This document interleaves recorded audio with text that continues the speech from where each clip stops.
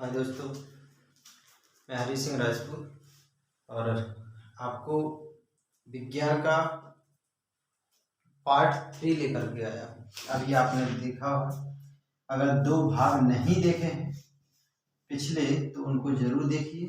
और ये भाग 3 आपका आ गया है। इसमें अभी हम लोगों ने टॉपिक को कहाँ से छोड़ दिया था कि कोई वह कहाँ पर किस तरह से क्वथनांक, गलनांक, हिमांक ये सब चीजें हम लोगों ने पढ़े हुए थे।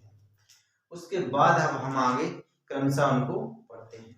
अब देखिए इसमें क्या है, जैसे हम देखें कोई चीज डूब जाती है और क्यों कोई चीज तैरती है, या हम ऐसा कह दें कि वो प्लवन करती है। तो देखिए डूबती इसलिए है। अब जैसे देखिए आप क्रिस्टलीय पदार्थों को देख लीजिए, सभी क्रिस्टलीय पदार्थों को देख लीजिए। अगर वो क्या होते हैं, अगर उनका क्रिस्टल जिससे अगर वो जब उसमें द्रव्य फॉर्म में जाते हैं, रूप में जाते हैं या तरल रूप में जाते हैं, तो वो क्या हो जाता है कि उनका जो आकार कैसा हो जाता है, बढ़ जाता है।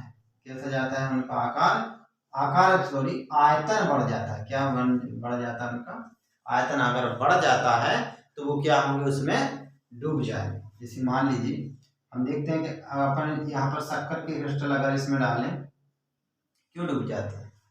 क्योंकि हमें जैसे ही उनको उसमें डालते हैं वो कैसा हो जाता है, घुलना चालू हो जाते हैं। जब वो घुलते हैं तो उनका आयतन कैसा हो जाता है, बढ़ जाता है।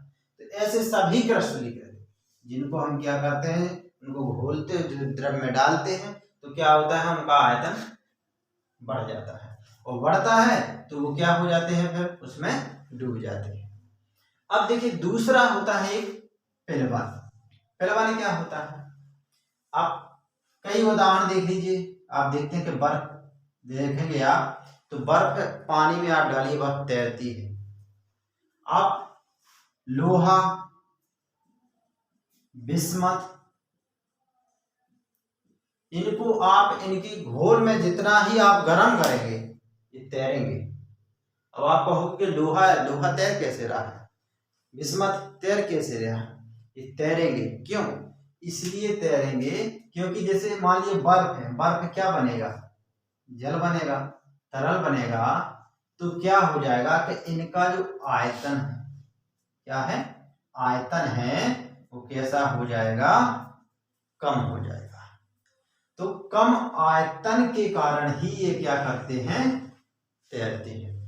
तो दोस्तों आपको यहाँ पर परीक्षा में पूछने वाली बात ये आती है कि कोई क्रिस्टलीय पदार्थ डूब क्यों जाता है पानी में? तो आपको उसके भार के कारण ऑप्शन रहेगा, और उसमें रहेगा कि घुलने के कारण। ये चीजें नहीं होती है, बल्कि किस कारण, वो इसलिए क्योंकि वो जब घुलते हैं, जब आपका वो उसका घुलते हैं तो उनका क्या बढ़ जाता है, आयतन कैसा हो जाता है, बढ़ जाता है। तो वो क्या हो जाते हैं, उसमें डूब जाते हैं। अब अगर आप बर्फ को लीजिए, आप देखते हैं कि विशाल का जो समुद्र है उनमें क्या होते हैं, बर्फ की बहुत चट्टानें कैसी ऐसी तैरती हुई अवस्था में पाई जाती है। तभी तो क्या होता है, जो जहाज होते हैं उससे टकरा जाते हैं, डूब जाते हैं। टाइटन का क्या हुआ था, बनाए टाइटन को लेके चल दिए, इतना बुकिंग करवाए टाइटन को लेकर के, चलो भाई इतना बड़ा सब बहुत विशाल बनवाए, उसको इतना विशाल बनाए कि सब लोगों को एडवांस में टिकट उसका पहले ही बुक कर दिया। लोगों को बड़ा उत्सुकता कि अरे हम टाइटैनिक में जाएंगे, हमारा वर्ल्ड रिकॉर्ड होगा। पर सेल्फी खींचने के चक्कर में, जब उस टाइम मोबाइल नहीं था, नहीं तो पता नहीं लोग सेल्फी डाल लेते। तो फिर हुआ क्या, लोग इतना बुकिंग किया, अंग्रेज लोगों ने इतना प्रचार कर दिया उन्होंने, तो उसका बहुत पहले ही बुकिंग हो गया।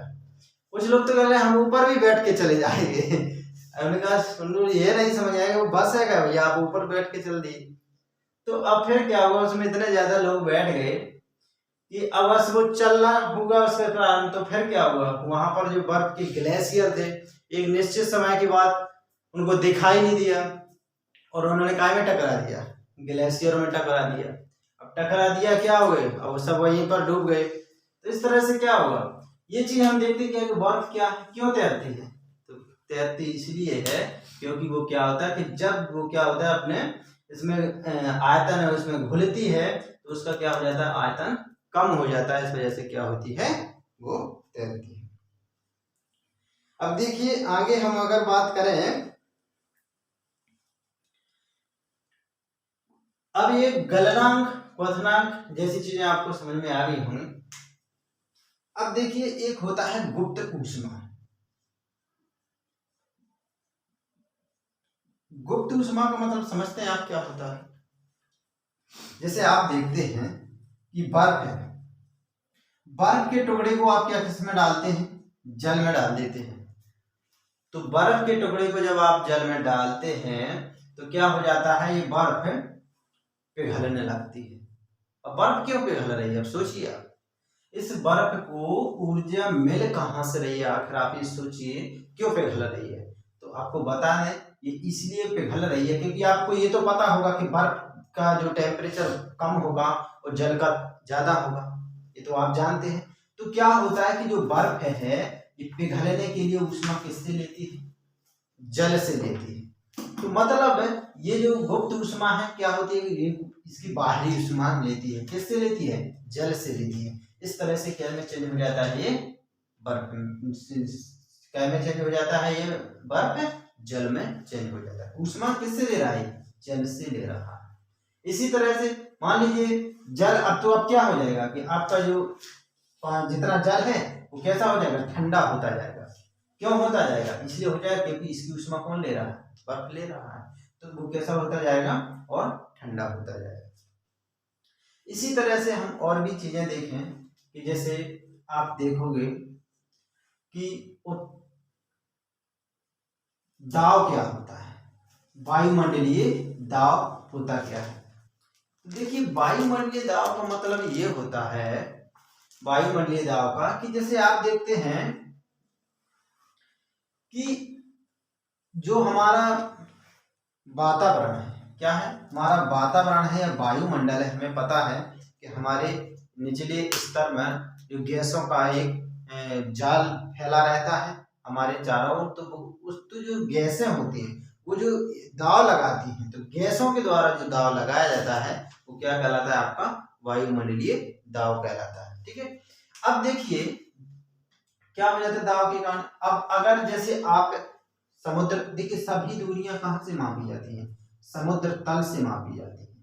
अब आप सोचोगे कि समुद्र तल से क्यों मापी, इसलिए मापी जाती है क्योंकि समुद्र तल में कहीं भी आप किसी भी जगह आप जाइए, आपने देखा होगा कि पानी आप दीवार उठाते हैं तो लोग क्या करते हैं, वाटर लेवल उसको चेक करते हैं कि कहीं ऊंचा है तो नहीं, कहीं नीचा तो नहीं, क्योंकि अगर उनको पता है कहीं ऊंचा हो गया कहीं नीचा हो गया है तो जो मकान बनाने वाला होगा वो उसको भी उतना ऊंचा नीचा कर देगा।